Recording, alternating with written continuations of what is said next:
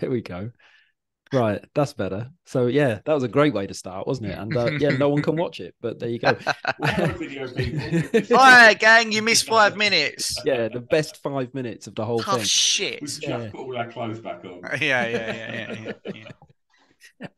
But yeah, that's really interesting to me actually, because like there is this thing about men not being able to talk about mental health, and I do think that's not quite true. You know, I think sometimes men lack the vocabulary or the safe Mm. spaces or the people to talk to, but also it's not necessarily men are going to sit down and maybe get straight into it off the bat, but quite often they will segue into it off something else, off a chat about their favorite TV show or their favorite band or something like that. That I think is like a real.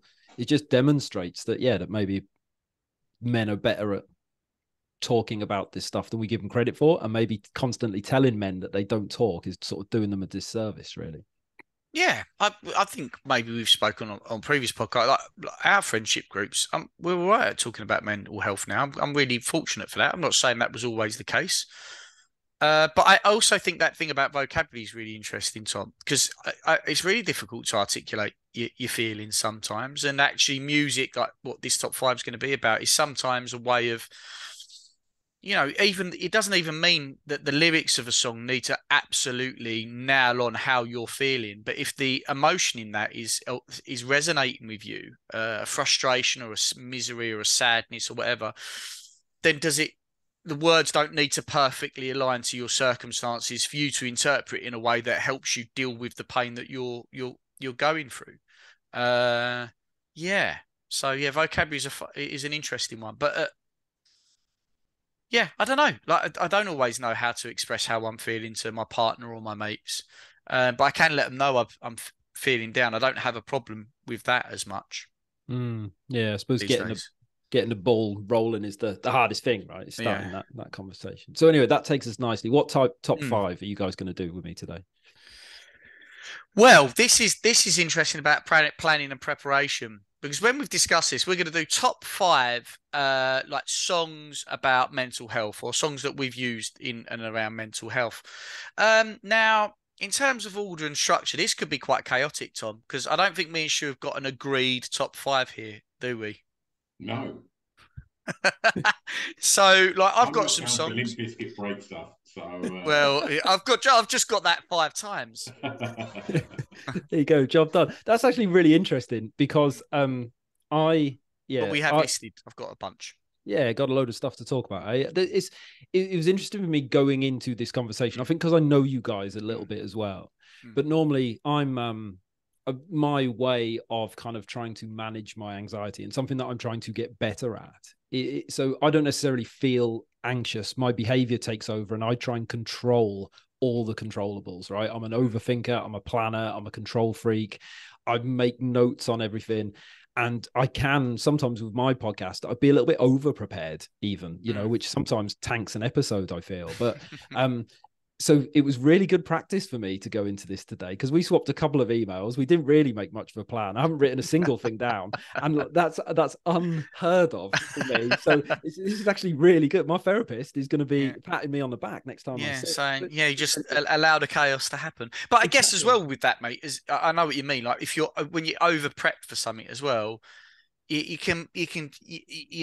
so desperate to get something in or make a point that you've read, like you might not really be 100%. I've done this where I'm not 100% engaged with the other person, or I want it to go a certain way. I've done it. I've been on quite a lot of podcasts recently about film, and I've like ridiculously over prepared for them. Like I did one um, about The Crow. Uh, uh, just films and that. Shout out to Josh and Alex. It was fucking excellent. But I had so much to write, and even after the podcast, and I bored them to tears for like well over an hour. And I was saying to Molly, oh, "I missed this, I missed that." It's like, hold on, didn't you enjoy it? I was like, "Yeah." So just relax. You didn't get to say everything you wanted to say, but it's fine. So Stu, in terms of this, mate, what do you want to do? Should we just like alternate between songs and stuff like that? well, Because how yeah. I've done it is just I've got a bunch of songs that either have a meaning specifically geared towards mental health, or songs that I've used as a means to process my own mental health. Yeah. I don't know about you, mate. I don't know how you've sort of like. Yeah, yeah, absolutely. And I should say that as this is a mashup podcast, it seems crazy not to for me to release this to the off the beaten track audience, because the second question I always ask all my guests is, what's the first song that affected you emotionally? And that is the question that, however tough it is getting a guest to relax, that's the question that opens the floodgates, that opens the conversation up. And so, is it always? Don't they? It doesn't. Every guest always answered the same. Vengerbus. yes, yes. Yeah. And we all have a laugh, and then it just breaks the ice, and then we just discuss the other chart hits of seminal pop act, the Venga Boys. But yeah, so music as it is for Chris, I'm sure yourself, Tom, and most people that are listening to this, it's a key part of your life. And Chris and I have come from musical backgrounds, whether that be DJing, bands, producing music, whatever, like, and so questions like this to actually pick them songs. I've leaned towards songs that I've got two kind of takes on it. I've got a couple that lift me out of feeling shit, and I've got three that kind of give me a hug when I'm feeling shit, and it soundtracks that feeling shit, and kind of is part of the process of acknowledging it's all a bit shit at the moment. Oh mate, yeah, that sounds lovely. Should we jump in with one of those then, Stu? Oh, okay. So bizarrely, I've had a strange week this week, and it's the first time I spoke to Chris, and he's been checking in on me. Bless him. It's been really kind of him. But I've had a bit of a wonky week, and so this kind of come along at the right time. This conversation, and a song that I can't stop listening to at the moment. And I don't know if you guys are familiar with it. It's a very early track by the Bee Gees, and it's called "I Started a Joke." And I've literally just got goosebumps there. Wow. Just said the title of the song. It was covered by Faith No More in the late 90s, maybe early 2000s.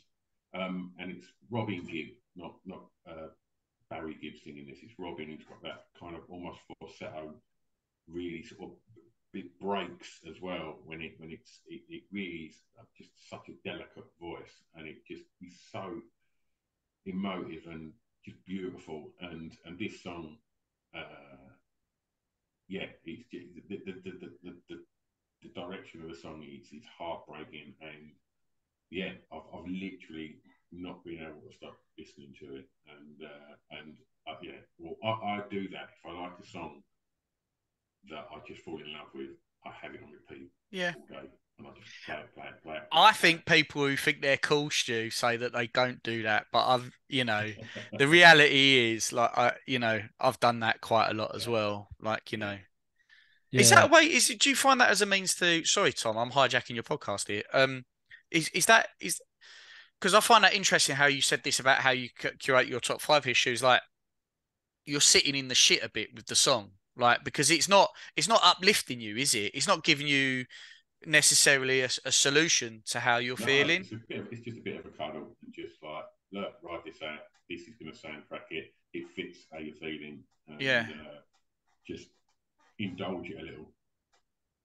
Yeah, that's really important, isn't it? Because that, like, any therapist worth their salt is going to tell you to, like, sit with what's going on and don't try and change it and don't run away from it and just sit with it. And the first time I heard that, I was like, what do you mean sit with it? And they were like, well, put your fucking phone down for a start. Do you know what I mean? Like, we constantly distract ourselves away from these uncomfortable feelings. You're supposed to have uncomfortable feelings. That's part of, like, being a human, right? And if you can use a piece of music to kind of help you to ease into feeling it, that's the best way to feel your way through it and kind of get past it, I think. Molly, when Molly's dad unfortunately passed away, like, just suddenly, just boom, out of the blue, and he was he liked folk music. He had the longest running folk music club in North London, and he'd been doing it literally 30 years. He had it every Tuesday, and he played there. We had guests every week. And Molly just really felt her father's death. It sounds like a stupid thing to say, but when my dad passed, the first week I felt I was really processing it properly, and I was crying a lot. It was savage, but I really felt like I was processing it. And then something happened with behaviours of family members that made me had to get my fucking game head on and get shit sorted.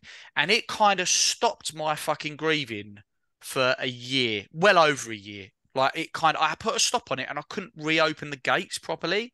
And what Molly did was she sat, like exactly what you said there, Tom, just sat with the feelings, and she would play his music and his recordings. And, you know, it's like, it's kind of heartbreaking because you come home after work and she's fucking crying again. No, but do you know what I mean? She's like playing her dad's music and she's properly fucking weeping.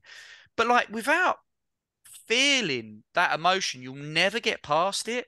You'll never properly deal with it. So like, I think with men as well, I'm very much like, I've spoken to Pip about this a lot as well. Like, when we hear our mates have problems, we're like, right, okay, or our girlfriends, right, here we go. Let's get the solution. Well, what's bugging you? Solution number one, solution number two. It's like, they're not at the solution stage. They're at the, this is fucking shit and it's upset me and I want to get past that bit first. So like you say, Tom, like, I'm sometimes a bit too keen to get to the solution or problem solve stage. You feel it, understand how it feels, process that sadness first before you sort of like go anywhere else. And you can still have a slight optimism, Stu, like you say with that song. Like, it can be a sort of cuddle as to what's going on. It doesn't have to analyze everything you've done wrong in the relationship at that point or whatever. Do you know what I mean? Or, you know, what's happened. Yeah, it's interesting. I haven't heard that song, Stu, so I'll have to check it out, man. Let's put a little Spotify playlist together with all our choices and we can put the show notes so people can listen to all of them. Yeah, that'd be really cool, man. Yeah, definitely. It's funny, isn't it, talking about grief, because like, obviously grieving is a process and there's no instructions for it, and like society doesn't always give us the chance. So if you like you said, Chris, you can start to go through the process and then have to switch back on, and then maybe you get like an afternoon to yourself in a month's time and you think, oh, I could really do with kind of letting some of this out, but you can't get there because you've been burying it for 6 months. And like that, then you put that tune on and it just kind of like just teases it out, you know, just opens the door and you kind of go you know, you let that out. I lost a friend of mine, like a really, really good friend, and it was probably about 10 years ago now. And at the time, I hadn't seen him for a couple of years, and I was a bit like, I was in shock, and I didn't go to the funeral, and I felt sad, but I didn't really feel that sad. I was really like just reserved from it, and that was like years and years ago. And last year, me and my wife went to see Ryan Adams in Manchester, and he plays those like really like low key acoustic shows. It's just him with a lamp because he can't have the bright lights on because of his medical condition, and everyone sat there. You're not allowed phones, so it's really, really intimate. And he's got a song about his brother who died, and he played this song about his brother, and I was just sat there and I just started sobbing. It was such a, I've never cried in public before like that, in like such an intimate setting. It was quiet, like people could have seen me, you know.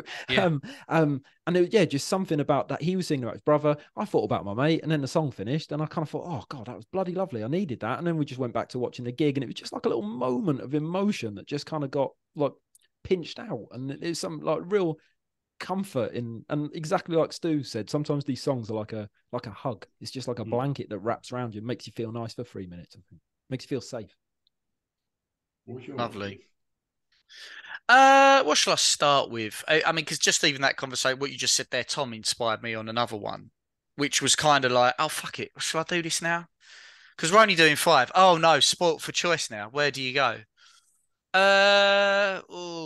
So I was like, so this is one where I had processed this pain a bit, but it kind of caught me off guard. I was driving. This is an honourable mention. I'm going to do my other one, my proper one in a second. But I was driving along from home from work, from the train station, and basically, a local boy in a photograph from Stereophonics came on, and like, I'm not a big Stereophonic. I'll put my hands up and say, I'm not that keen on Stereophonics. Like, I like their first 2 records, and then after that, I kind of like, they really blew up. And I don't know if it's because I was being a snob because I was younger, and like they No, got too popular. they did just become shit. Oh, they did. Okay, so it's not Yeah. me. But like that second record that's got like songs like Thousand Trees and Local Boy and a Photograph. I love that, and that was like they were at, like one of my favourite V festivals. I think it was 97 or 98. 98.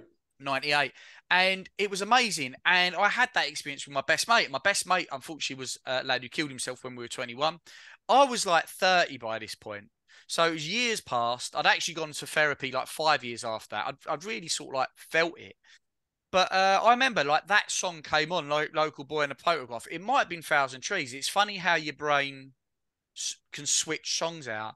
But in the first riff of that, so it was Thousand Trees, weirdly enough. Local Boy in a Photograph is about suicide, isn't it? It's about a lad who falls on the train tracks.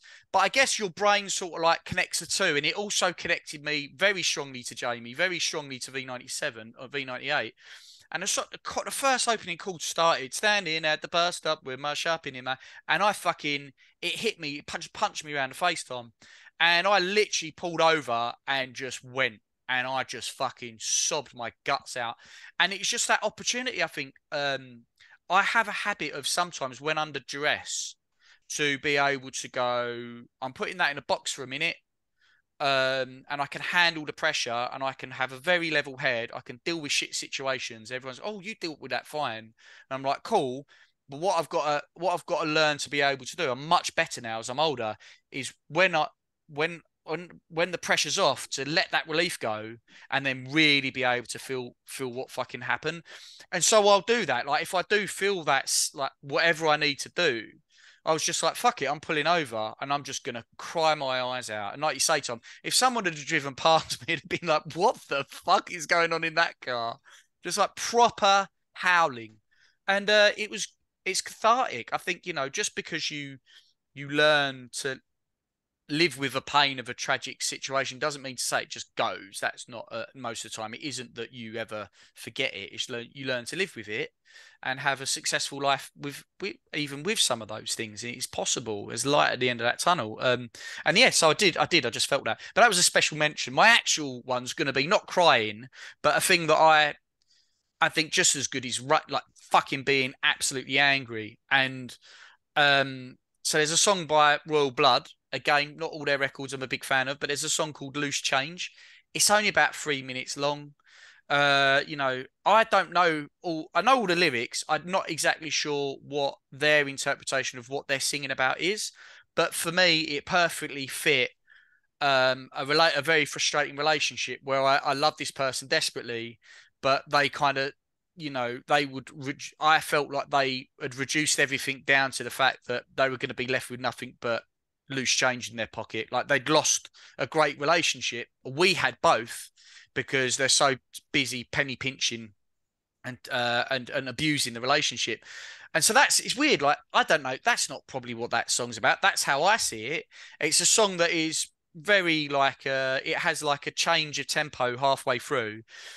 And I used to listen to that, like you say, Stu, on repeat. And for me, that helped me in that rage, frustration part of a relationship that I had to end. And I was in love and I still had to end it. That's a horrible situation to be in where you're like, you love them, but it's toxic as fuck. And you doing it for your own self-preservation. I felt so frustrated that for me, like that song was a way of just being able to rage it out and just fucking, I listened to it on repeat whenever I needed to, just to get the anger out and just it helped define what I couldn't quite put into words about how I felt. And that ties back to what we were saying about the vocabulary, Tom. Sometimes you don't have the words to describe the frustration that you feel in a relationship. So yeah, I love it. And they said it was so hard for them to write that record. Said it was a real fucker to produce it. But for me, it's my favourite one of their songs.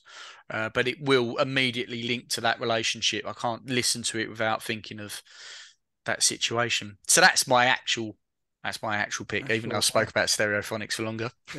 Yeah. I mean, anger's a funny emotion, isn't it? Because it's frowned again, all emotions are valid and we're supposed to have the full spectrum of them, but it's almost like frowned upon. And I think more than anything, it's the one that if you push it down, if you don't express it, that's when it comes out like inappropriately. Yeah. So like I've talked about in therapy sometimes if I like overreact in family situations, I like shout at my kids, and then the guilt of that will fucking destroy me afterwards. And my therapist was saying it's not the thing that they did, it's all this other thing that's like bubbled up and it's just come out at the wrong moment. So, you know, a mechanism to release that through music is wonderful. I think it's why things like combat sports and stuff are so good for people. Do you know what I mean? If you can go and like welly a fucking bag or beat your mate up or choke him out or something, then it's like it's a safe way to release some of these things, I think. Absolutely. We shouldn't totally rule out domestic violence, Tom. I think a little bit of it is still healthy. But just not also don't get caught, I guess, is if we can give a decent message to this podcast. No, I completely agree, mate. I think like having a good way, like Zach De La Rocca said, anger is a gift. And said anger is an energy. Yeah, and it's totally true. Like I often like the difference between me and Molly is that her go-to will be sadness, and my go-to is often rage. And it's like it'll be an outburst. Like when I'm doing DIY, for example, an outburst, I'll say some filthy, derogatory words to a wall. Done. I'm done. Like I forgot about it. It's gone. And like even though Molly might be like, you've just scared the life out of me. It's like, okay, well, I've dealt with it and I've got the job done now. Whereas sometimes sadness, I think you've got to feel it, you've got to sit in it. Both are valid feelings. But it's funny, people may lean towards one and the other, and being overly dependent on it. I know sometimes I've had an issue with rage, especially road rage, but I've learned to much more successfully deal with it. And that song, "Loose Change," in a way, like it was anger, but it also like it got it out of me, and it also reminded me of sort of reinforced why I'd made the decision that I had. It helped me interpret the relationship in a way that made me be able to rationalize why I've had to make the decision I've made. And I don't know, it helped. Like I obviously had extreme sadness through that, but getting a bit of rage out didn't hurt. And, you know, obviously joking about the domestic violence. The idea here, right, Tom, is that if you've got a way of getting that anger out, if you can let it out in the right way, and you can use anger to push you to take action that is positive. If you're getting pissed off at something, right, how do you fix it without violence? That's where anger can push you. Take that energy, push it into the solution. I think it's super, super useful. Yeah, that's a healthy outlet, right? You can burn it off in the gym, scream it at a wall, but yeah, acknowledge it. Yeah. Yeah, for sure. Yeah. You're on number 5, Tom. Or should we do this as a number 3? Are we going to just do 5? Because if we do like each do 5, we're going to be here for like about 3 hours. 15. Yeah. I hadn't really given it much thought, to be honest. I thought, I'll leave it to them two to just bring it. Sure. So I've kind of had like a few ideas of things, but you talk about like songs that like your comfort song, your crying song. If I need to get a cry out, my go-to is People's Faces by K Tempest. That's my go-to. And I've got no idea what that song is about. You know, K Tempest is amazing and I like all of their work, but that song in particular, that is my go-to. If I'm stuck, if something needs to shift and I can't get it to shift, that's my I put that on. It gets me every time. When I first heard that, I was walking through London. And then I carried on walking and I just had it on loop. And there's a pause where they say, there's so much love in people's faces. Is it love? There's so much. Well, it is. But they pause. And it's just that whole less is more thing in music. Where sometimes the silence. Like, this is the poignant part of the song. Let's drop the strings in. Let's make it, and just the little gap and the breath gives it the gravitas. And it's, what a fucking record that is. There's so much peace to be found in people's faces. That's the one. That's the one. And sometimes, like songs, like when you hear it at the time, you think, "Oh, it's got me," and then maybe over time, the effect wears off slightly as it goes. You know, but that one for me, it doesn't matter. Like you put it on now, like please don't. But you could put it on now, and I'd go. I know I would go. It's just like, it just sits in my soul somehow. Yeah, it's a beautiful, beautiful piece of music. Yeah, absolutely. Yeah. Good shout, Tom. Stewie. I'm going to go for a song that everybody knows, and I heard it when I was very young when I watched the film Grease, and it doesn't matter how many times I hear it, it absolutely just crushes me, and it's hopelessly devoted to you by Olivia Newton-John. I think it's a masterpiece. I think her vocal is fucking incredible. I don't know who wrote it. I should know that. I should find out. But yeah, I just think it's just got a big chorus, Mm-hmm. and I think it was probably one of the first songs I ever heard that made me just think, oh, it's not just sounds. It's like there's levels to this, and I think probably one of them was probably the first song I think done that, and it still does that to this day. 50 years later. You'd have been proper young, right, when you heard that. So yeah, we come out when did Grease come out? 77, so I would have been what, 35? Yeah, so I'm going to go hopefully devoted to you, Olivia Newton-John. is that something that you listen to? Is that like a relationship? Like, say, for example, Loose Change for me is a sort of like more. Is Hopelessly Devoted to you a go-to in a relationship, sort of like when you're thinking about that sort of stuff, or can you listen to it for other things when you want to? Yeah, sit in the shit or open up. I've got songs that remind me of heartbreak, like You and Me, Somebody Wanna Dies. I can't listen to. Yeah, right. And it's one of the most joyous pop songs. Yeah, yeah. And I have to play it in my club. But it just, there's something about that which wins me a little bit. But totally agree. I don't necessarily sort of. Obviously, I've not, had my heart broken for a long time, and yeah, I don't. Now I'm thinking about it. Do you know what? I'll move on because I'll be here forever. Just I totally agree about the You and Me song though. Like it is like super uplifting, but it can wind you. Us by Regina Spektor does that to me as well. It's such a beautiful. Her voice in that is just fucking. It's incredible, and it's so wistful about love and the greatness of love and how great it can be and how it can stand the test of time. It's fucking great, man. But within that can also be melancholy, or it can highlight the absence of it in instances, or so yeah. Oh, that's interesting, Shu.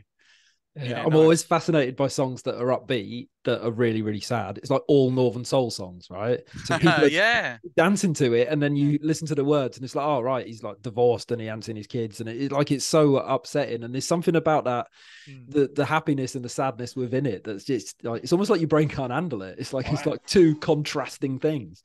I shared our hardcore listening episode this week, where we talked about monsters with Carla Valentine. And when I did the music on the Instagram post, I put Ghost in My House by Dean Taylor, the Northern Soul classic. And it's one of the best songs to dance to ever. But everybody thinks it's just a song about ghosts. There's a ghost in my house since you left, and it's her ghost. And it's like, it's just heartbreak. And it's like, but all of them Motown songs, all of them Northern Soul songs, they're all so fucking tragic and laced in heartbreak, but they're just the most joyous pop ditties out there. Yeah, there's a skill to that, right? A real art in writing it. I always think to write something. How can you write a really upbeat song, that finishes with, if a 10-ton, bus crashes into us to die by your side. It's such a, but it's got these beautiful melodic upbeat strings, and it's just this joyous, I would just get my nod into the Smiths. They've done that perfectly. Songs that were just so miserable, like lyrically, but joyous musically. That's hard to do and get that right. I completely agree. I don't think the brain is this binary thing where it's either happy or sad. Like these words, like happy and sad, they're two things that humans have made up and studied, but it never perfectly encapsulates what you're feeling all at one time. Yeah. Like if you could be if you're sad about a breakup, right? Let's say you choose that one. It's a simple one. You're sad about a breakup because you split up with her, but also there was something sweet to begin with. For you to be sad now, there must have been something sweet to begin with. Because if you didn't like them, you wouldn't be upset about it. So there you have, like, you're trying to hold, your brain actually is holding two emotions at the same time, and something that you might not be able to vocabularize to your mates either. But you listen to that Northern Soul record and you're like, oh, right, it's kind of helping me process this in a way that I maybe can't quite explain. Often because we're not smart enough. We're not smart enough to understand our own emotions. Like, how many of us have got, like, degrees in psychology and, yeah, really interesting, Stu.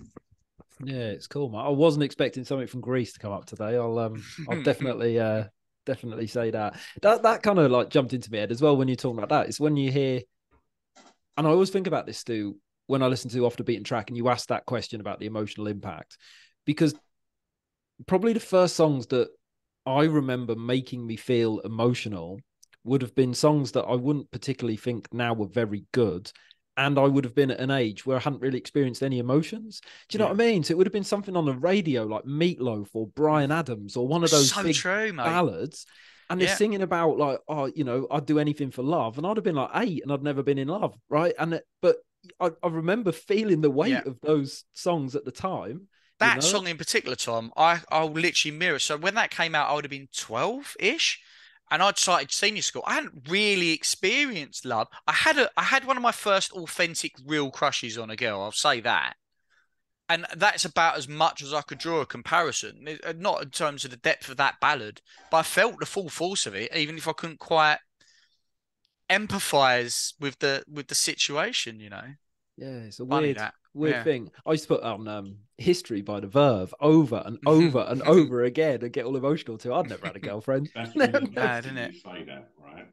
So around that time when the Verve released The Northern Soul, that record, the Spiritualized released Ladies and Gentlemen, We're Floating in Space, them two records soundtracked my first proper heartbreak. I can't listen to any of them anymore. I have to be in the right headspace to listen to them, and I love both them records. Yeah, but there's a weight to them that they're winter records, in my opinion. Anyway, they're not summer songs, and I just have to be. I've got a note to mention them two bands in here, as they're the two albums that I can't play unless I really am in the right mood for it, because there's just that strange weight attached to them. Yeah. So like, thanks for all that.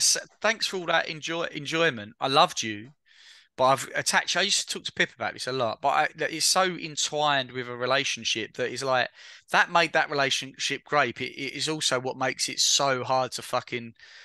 It rips those feelings open straight away, doesn't it? Yeah. And you're just like, oh, and that's a nice tenuous link into my next one. So I can't remember the record that Sage Francis said that, but he like there's a line where he basically says, "I thought time's a good healer, but when I saw you again, I don't know." He has a go at time for basically saying that's fucking savagely not the case, because as soon as I saw you, it ripped the wound open straight away. That's not what the song I'm talking about, but it is a Sage Francis song that I'm talking about. So probably about 2005, I started getting really back into hip hop and more the underground scene in London, and record labels like Def Jux and all that shit. And Sage Francis became my number one, like probably rapper of all time, and between him and Saul Williams. But he released a song called Inherited Scars, and I didn't know at that point. I guess for me, it's the one where I'd say, like, does rap have to be about whatever I grew up with? So I grew up with Ice Cube, Cypress Hill, and then just like anyone on Rap Attack, De La Soul. And again, like a lot of the stuff that Cypress Hill were rapping about, I couldn't in any way, shape or form relate to, but for some reason I could in other ways. I take other learnings from Ice Cube songs that applied them to my life, even though it was completely such a stark contrast. You got up to speed with Cypress Hill by the time you got to college, though, didn't you? You're going to keep digging me out? Go on. What, with smoking weed? Yeah. But I remember listening to hits from the bong and like going, oh, that's what being stoned must sound like. What? What's that even mean? It means nothing, mate. but you're 12 and you've got no other reference. So Yeah. I guess that does make sense to a 12-year-old who's never been stoned. But like, say Francis was the first person when I started listening to his lyrics, I'm like, it's about real world things, and it's done in such deep, deep ways that even now, like the writing on the Inherited Scars, I just feels like godlike. It's like so out of touch with what I could ever write. It feels so alien to me. Someone's capable of writing in depth like that, and it's basically about his relationship with his sister, um, and the experiences they had with their parents, and about how actually, the chorus is, if I could have been there from the beginning, if I could be there right now, if I could promise to be there when you need me, would it raise an eyebrow? How would your body be different if I still drop by for visits? Is it my place to put a smile on your face? And then it goes on about the idea of inherited scars is not, for me, is like that she'd hurt her skin and she tattooed herself, and it's from pain that she'd experienced from their upbringing, and how maybe he could have interjected with that at points over there as they grew up, and how appropriate at points it would have been to do that and not. It's just a really deep song, and I listened to that, and at the time, again, like, I didn't really have a means to relate that to many things, I guess, but I felt it, and actually, in ways, it has taught me. It's a sit in the shit song for me, but it's also like, it was a sort of like, before we were talking a lot about mental health, like in 2004, whatever. It was a discussion over mental health and how to consider the pros and cons of, when do you need to reach out, and don't delay it too long, and don't be quiet about it. Don't suffer in silence. It might help to talk to someone about it. Yeah, it's incredible. It's really like, it's got like you could almost call it a winter song yourself, Shu. I sort of understand what you mean by that. And it ends with sort of like a recording of those two when they were younger, that obviously their mum or dad managed to catch on tape. And I don't know, I love it. Like, I've cried to it a lot, but I feel like I've learned from it. Strangely, I learned from his situation in terms of how to maybe approach helping friends if they are sometimes in need as well. Um, so yeah, this has more of a, like, even though it's based on a story in maybe his and his sister's experience, it also kind of was like a blueprint for helping myself or others, maybe if they've got um, things in the past that they need to process, or things that they're happening to them now that they need to process. So yeah, well done, Sage Francis. I'd recommend everyone give that one a listen. Mate, that's a nice touch, putting like a voice recording at the end. Do you know what I mean? Like that, it's like when you see a film that's based on a true story, and they like flash the picture of the real person at the end, and you kind of like, it just drives it home, doesn't it? You know, like, that's a nice way to make it real, right? To make it, oh, like, these are real people, real thoughts, real things written down, man. That's sick. I like that. Yeah. Like that. Oh, good tune. Nice. We got a happy one? Should we do a happy one? Anyone got a happy one? Stu, got any uplifting ones, mate, you want to talk about? Jimmy Cliff. I can see clearly now. Oh, nice. I can see clearly now the rain has gone. I can see all obstacles in my way. Was it gone are the gone are the dark clouds that have me blind? It's going to be a bright, sunshiny day. And I remember my mate Keith, who passed away. He said to me once that he'd got divorced. His wife had left him, and he decided that he would move out and try and do the right thing. And basically, she stitched him up, and he lost everything, and he had to sort of build his life back up again and try and get back on the property ladder. And he did, and he just said to me once, I was just driving along, and this came on the radio, and it just snapped me out of something, and it just gave me a proper rainbow, and was like, okay, this is, and that resonated with me. And whenever I hear that, most people will probably know it from like Cool Runnings and things like that, but obviously it's a massive Jimmy Cliff record. Who Jesus Christ has got so many incredible records. But yeah, I can see clearly now. I think it's a real upbeat, kind of jaunty, almost reggae, almost scarry kind of. It's got that sort of skank to it. Just a brilliant pop song. Yeah, that's my happy one, I think. And to throw an honourable mention in as well, just ridiculous, because it's the song that whenever I hear it gives me pure joy. And it's We Don't Have to Take Our Clothes Off to Have a Good Time. Wayne Stewart. Great. He's a fucking great pop record, and whenever I hear it, and I just hear that "Not a Word from Your Lips," I just think, oh, we're in for a really happy ride now. This is the next 3 minutes is just really great, and pop music's brilliant for that, and that's one that I can trace back to being probably around 10 or 11, and just thinking this is brilliant. There's not even such a thing as cherry wine, but he's singing about it.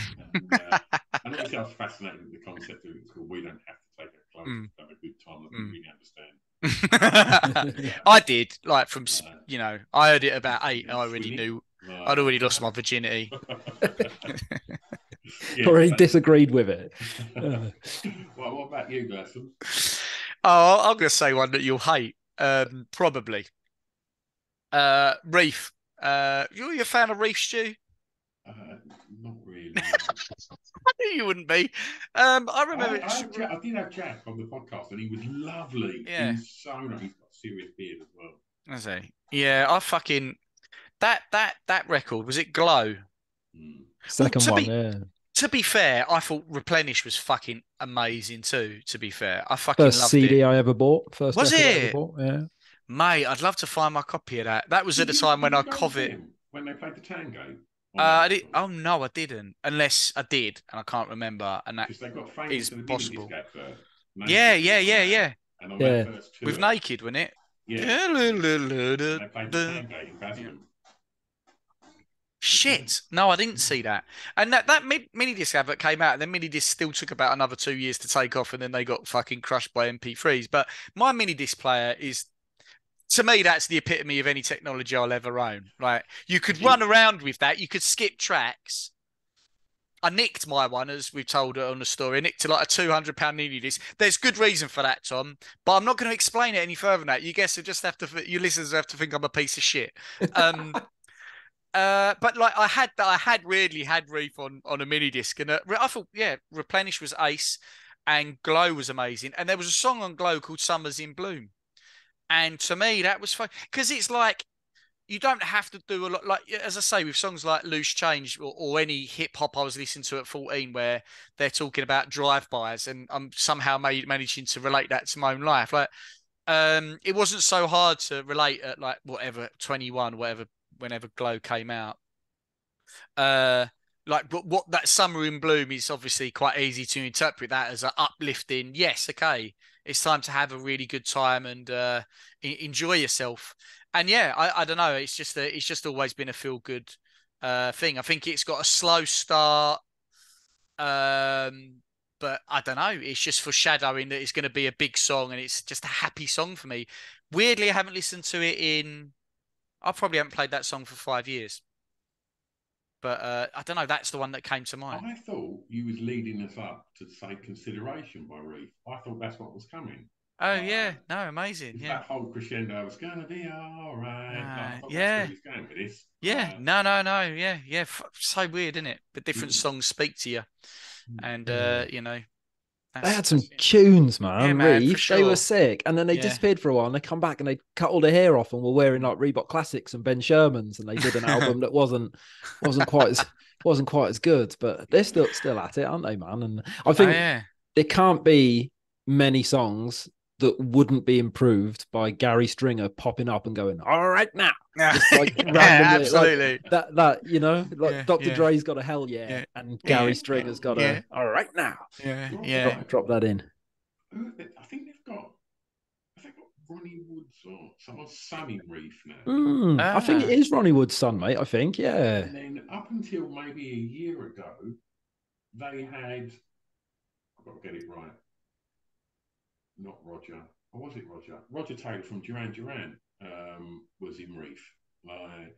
It's quite, they've got quite the lineup, and yeah, they're back and they're at it, and yeah, I mean they've got some classic indie dance floor stompers, haven't they? And yeah. You're too cool for it though, Stu. That's the problem here, Tom. That's why I don't like bloody loose. You don't like riffs, mate, do you? You don't like you. Don't fucking shit in my heart. You could have kept that to I'm yourself. surprised you ain't mentioned Queens of the Stone Age.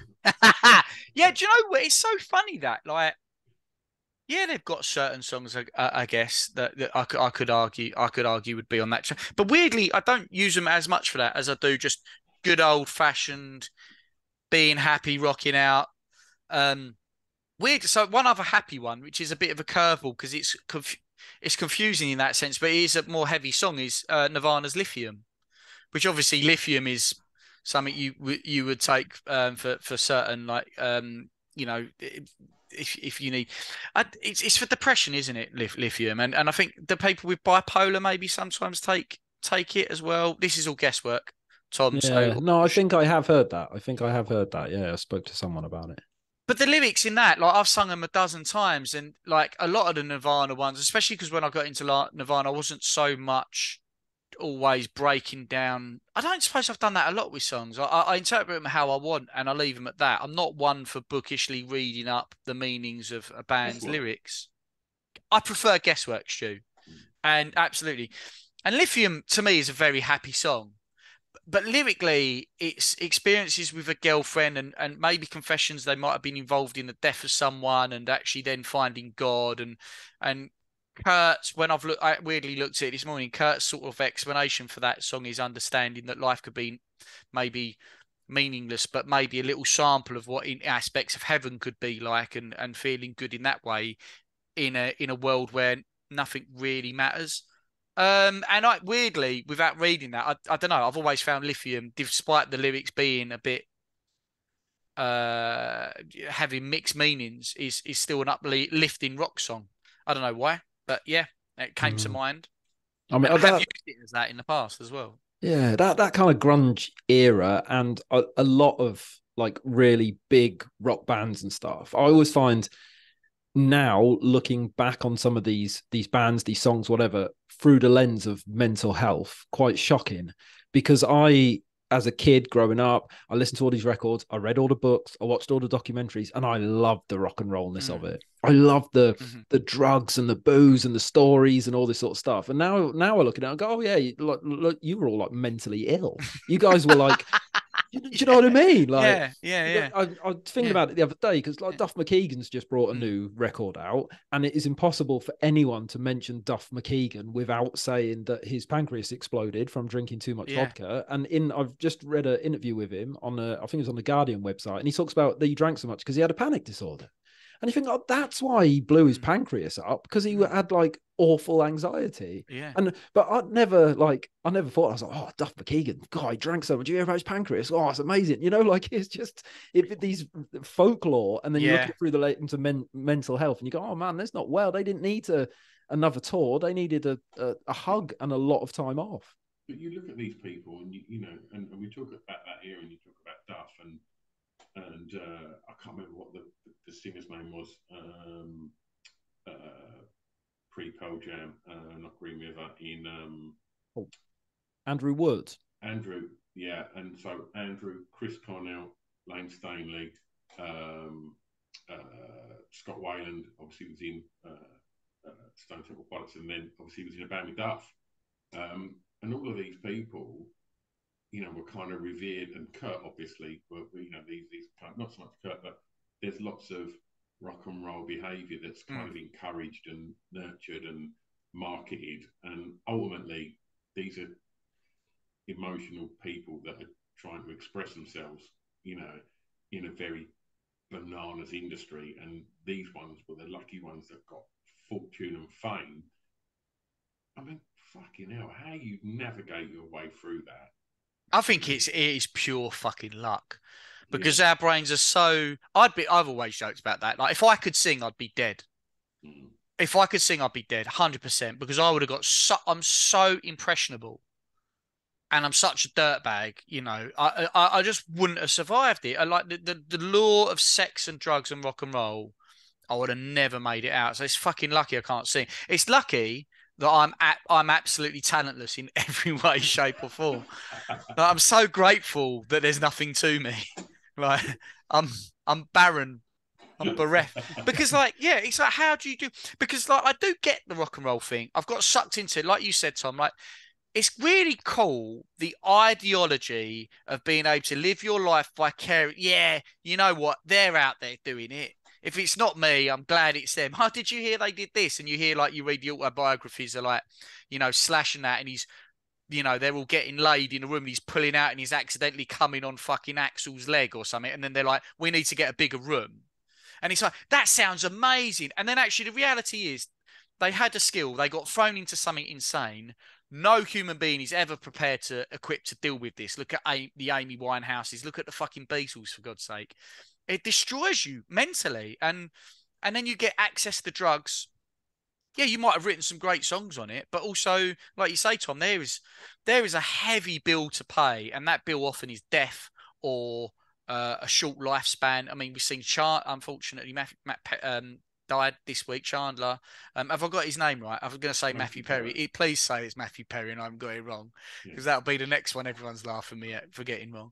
I mean, like, he lived a rock star lifestyle just as a comic. But why was he doing all those things? He was funny, but he was having absolute panic attacks all the time because he was worried about making sure that on the set of Friends, his lines got the biggest laugh, because he was supposed to be seen as the more classically funny one.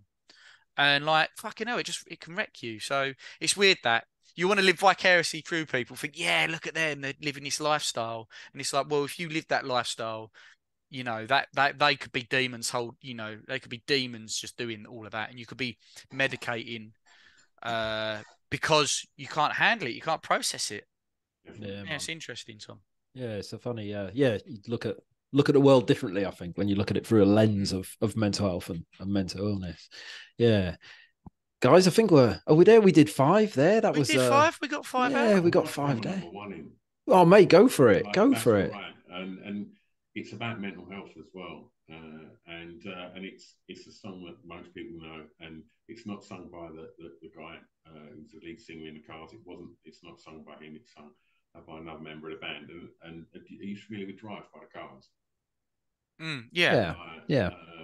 Who's going to drive you home tonight? And I always thought that was a love song, and it was only when someone said, no, this is about someone whose mental health is not where they want it to be, and when you know that and you listen to it, like, oh my god, yeah, that record for me takes me back to the first time I see somebody move to tears with music, and there was during Live Aid,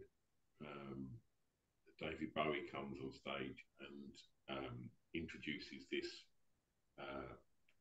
kind of short film about showing the famine and the children that were dying in Ethiopia at the time. And it was soundtracked by Drive by the Cars. And I remember seeing my mum and my aunt just sobbing. And I was like, and I could tell that it was because of what they were seeing. But it was then I really noticed that putting the right music with the right images takes things to a completely different level, and just, opens your heart up even wider. To feel the sorrow and pain of what you're looking at, and yeah. So I just want, but I'd urge people to go and listen to that track, because it is just a perfect record.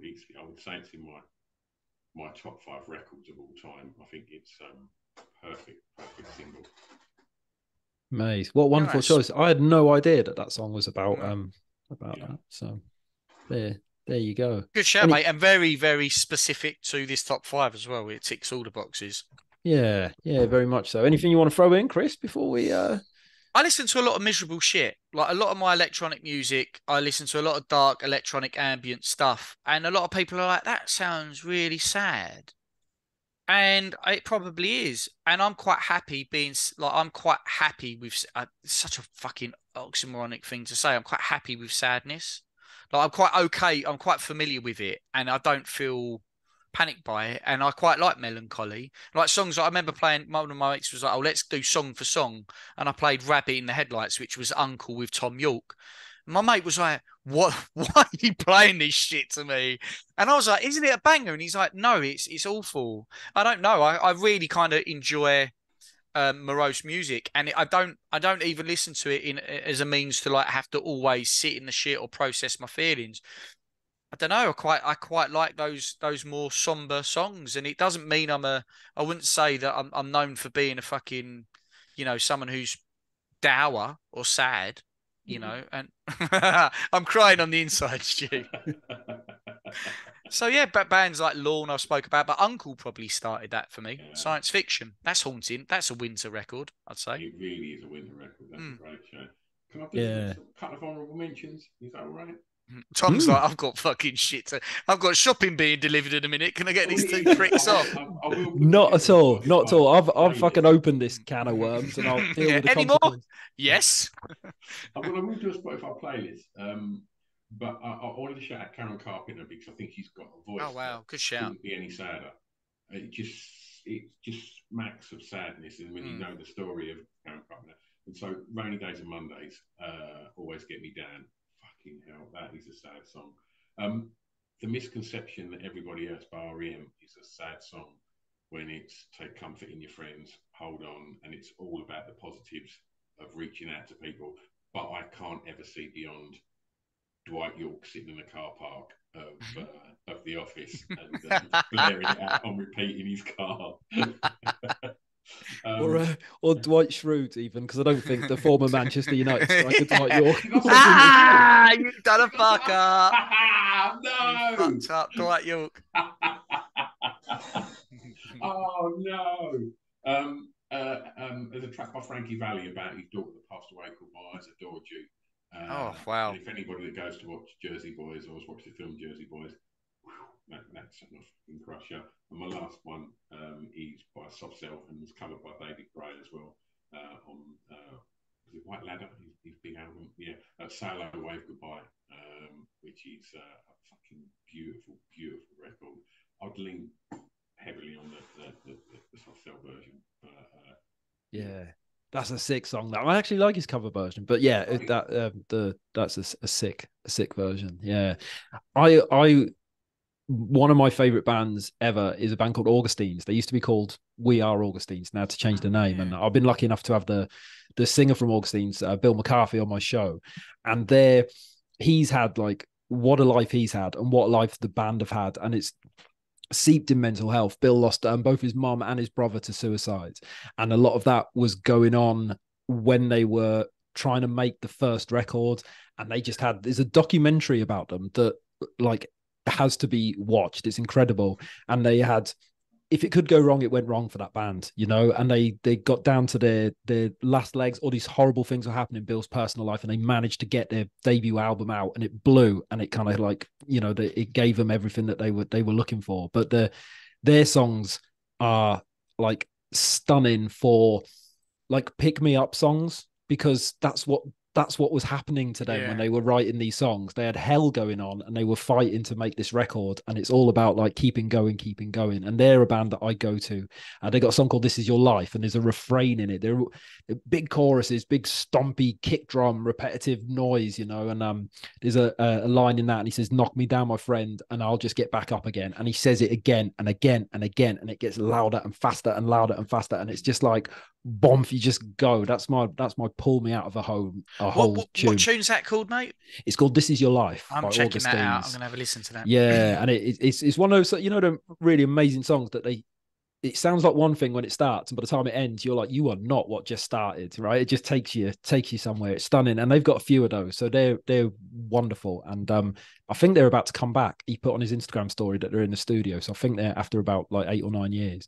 But so that's good. And to talk about modern, recent music, there's an album that came out last week by Angie McMahon, and that's very mental health orientated. She talks a lot about sort of healing and struggle and coming off antidepressants, and it's the best thing I've heard in years. Like, I always found when I was younger, everything I listened to, I felt like they were writing about me. Like, I identified with every single band in the fucking that was in the NME. And then as I've got older, I find that less and less that I have that connection, But this album, I felt Angie McMahon. Yeah, the album's called Light, Dark, Light Again. She's an Australian. It's her second album. She's an Australian musician, and it is an incredible record. So yeah, if anyone's looking for like newer music, and that only came out Friday.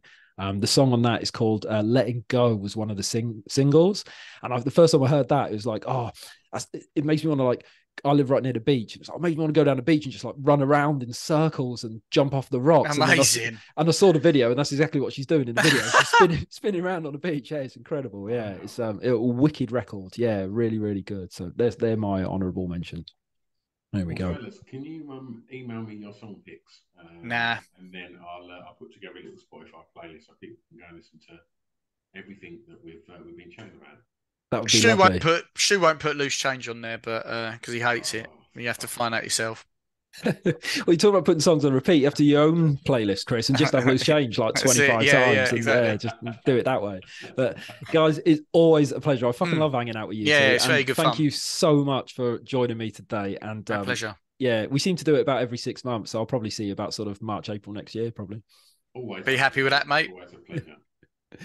Nice one, Cheers, guys. You take care. See you later. Ta-da. Is that a real ending or is it like a fake podcast ending?